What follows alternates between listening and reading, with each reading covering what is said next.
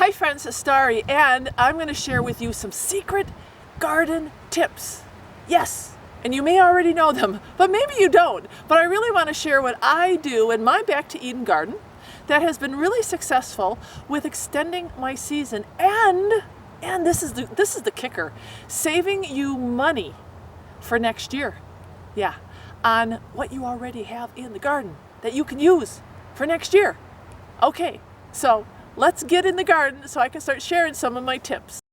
Well, one of the fall projects that I am so blessed to be able to do is taking many of my green stalk planter pods, I don't know what to call them, and I can actually move them into the greenhouse now, because over the winter my basil will still produce, your herbs will still produce. You know, I've got orange mint, I've got peppermint, spearmint, I've got my pepper plants, I've got my tomato plants. Now the pepper plants, as we go into the greenhouse, are going to have to be cut down because they're going to go dormant over the winter time.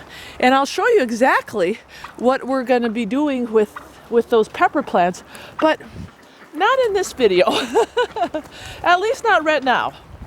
But now it's just moving everything into the greenhouse because it's getting really cool out and I've got the opportunity to use a greenhouse. Now, as you can see, the greenhouse is really getting filled up. And this is kind of another tip. If you have a greenhouse, I can see it really does extend your season. We didn't have one on the homestead. We just didn't invest in one. We had other ways to extend the season with the Back to Eden garden and our hoops.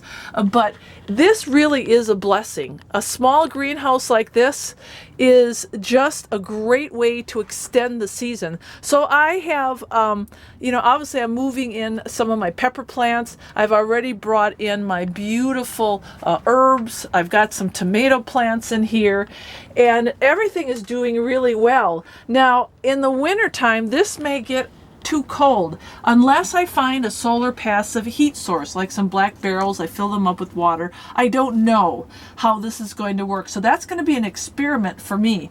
But what I will say is my green stalk planters, I have some of them in here right now, but when it gets too cold, the beauty of this planter is I'm just going to bring the pods back into my apartment and I'm going to stack them up. Just stack them up into a tower and put them in my window. I've got a sliding glass door, and I will have gardening year round. And the beauty of it is I can stack these. I think I've got like 6 tiers to stack, and they're going to give me produce year round depending on what I have in there. So if you don't have a green stalk already, oh man, you got to invest because it's year-round gardening and you don't need a greenhouse. But this really is a great investment. If you can make one yourself out of refurbished windows and timber, and you can be creative, I see this really does extend your season. The other thing that I do to extend the season of my garden, because in the valley here, the weather gets much colder faster at night than actually up in the mountains, say over there, which sounds crazy, but back at the homestead we had a very long season. Actually over into November we had produce, but not so much in the valley. Once that frost comes, it comes. So I have a couple tricks up my sleeve, and one of them is, well, I don't know if you remember this, but I was at the recycling center, which is also called the dump, and I found these nifty pieces of wire that were already pre-cut for me. They were like Starry made, and I am making them into hothouses. And you can do your own, actually. Find old wire, and they can be any size. These actually are really, really tall, but they work perfect. And all you have to do is create a circle around your plant. And then I got these garbage bags actually at the Mennonite store. You won't believe it. A big roll for, I think it was $1.49. It was incredible. And now I'm able to make little hothouses. Also, be resourceful. Mr. and Mrs. C had these actually are supposed to be filled up with water. They use them early in the season for tomatoes. And I grabbed them, and I'm actually going to stake around the pepper plant here.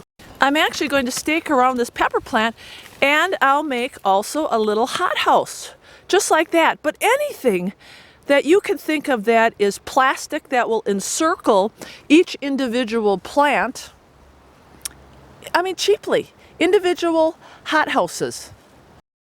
And if you're using wire cages, remember you're going to have to stake down the wire cages because these babies will flip over. A strong wind will come and your hothouse will be right on its side. Say you don't have any wire and you have stuff like extra garden, fancy garden stuff. Again, be creative. Here's a little pepper plant that I really need to cover up. So I'm taking two garden borders. I'm just going to stick them right next to it. And because I have all these cheap garbage bags, I'm going to create a personal little garden hothouse for this pepper plant. Aw, look at that. Now that's a little hothouse. That worked out pretty good.